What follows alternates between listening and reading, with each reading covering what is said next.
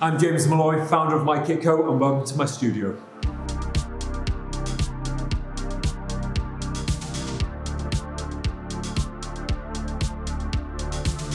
Hey, I'm James Molloy, co-founder of MYKITCO, and today I'm going to take you through 3 essential brushes from the MYKITCO range. So I've been designing brushes for the past 12 years, and I've been using them for 25. And when it comes to complexion brushes, I'm really tough. I need brushes that will take me through full coverage, light to shade coverage, and one brush that does a bit of everything. So this is the 107 My Flawless Foundation. When you're choosing a brush that's right for you, you need to think about a few things. First of all, think about the density. So the 107 is a dense little brush. So when you're applying foundation, a dense brush will always give you more coverage. This is a great brush if you have texture on the skin, acne breakouts, or open pores, because it helps to smooth the product over the skin, giving you a seamless, poreless finish. With the 107 brush, it really likes to work with the creams and liquids. This is going to give you more of a full coverage. So when you use the brush, don't overload it. Get the product right in the very tip of the brush like I've done here. Think about this brush as a better beauty blender. So when I work with it, I like to use small bouncing motions on the skin. And you can see the density in the fibers really helps to blend the product. It layers it beautifully, helping you to build up your coverage. Joel, this brush is doing all of the work on your skin. What kind of makeup do you normally wear and what coverage do you like? Usually full coverage, so this is perfect. Yeah, it's layering it down really nicely. Have you tried a brush like this before? Not quite, but this feels amazing, yeah. Looks gorgeous. So it might be that you have a few open pores around the nose, you might have a blemish breakout or a little bit more texture in the skin. This brush is ideal for that. And the fibers work with the product to really polish it into the skin, giving you a gorgeous coverage that feels like you're using a beauty blender but with way more control. I'm teaming this with the Denesamarix Blurring Balm Powder. This is a great combination. And all the while I'm just stippling, bouncing the brush, pretending like I'm using a beauty blender, letting it layer onto the skin and just gradually build that beautiful full coverage texture with a smooth finish.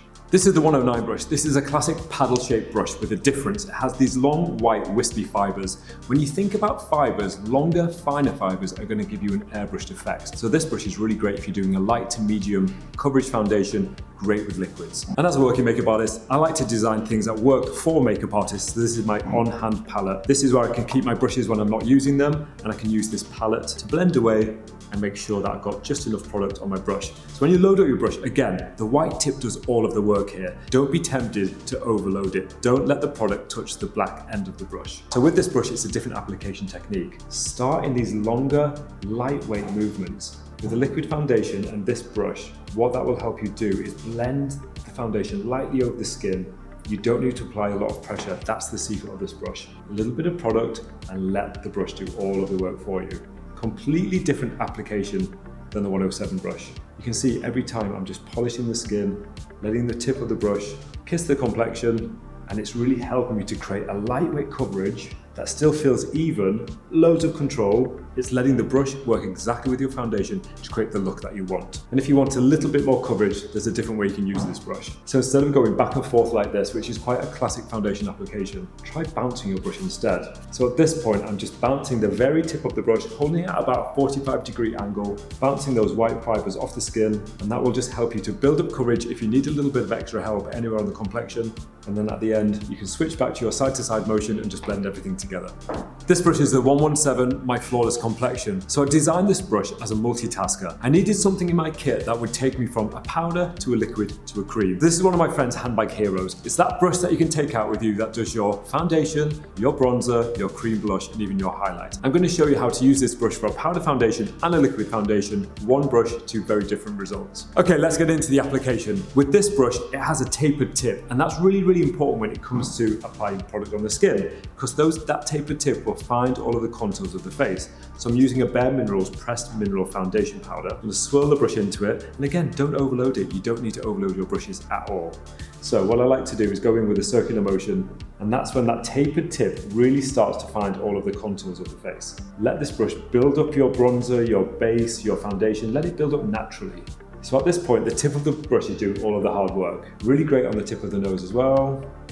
Small circular motions will always work when you're working with a powder foundation. So the finish of your makeup comes down to the brush, the product, but also you, the makeup artist. Think about how you're holding your brushes. I see so many artists holding the metal part. This is the ferrule of the brush, that is not the handle. When you hold the ferrule of the brush, you get a lot less leverage, and you can apply too much pressure without even knowing it. So make sure that you're pulling back holding your brush on the handle, and naturally you apply a lot less pressure. It feels better for the client, it feels better in your hand, and you're going to get a better result every time. I guarantee you guys, once you start using the 117 for all of your complexion, you're going to fall in love with this brush. So with this powder foundation now, I've just got a nice even coverage all over. I might need to go back in with a smaller brush now for any pinpoint application of concealer, but for me the complexion looks even, it looks smooth, and it doesn't look heavy.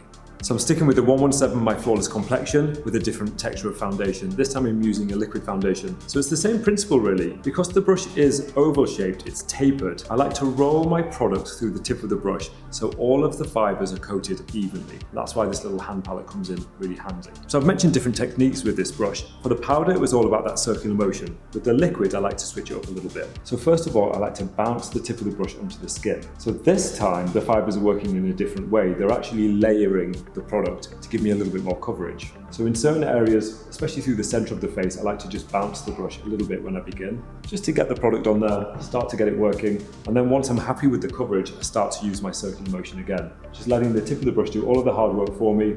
And I just love a brush that's so versatile that you can build the coverage when you need it by tapping, or you can shear it out by blending in the circular motion. And I think that's why this brush is such a MYKITCO hero. It just speaks to so many different artists at so many different levels. It'll do the job that you want every time.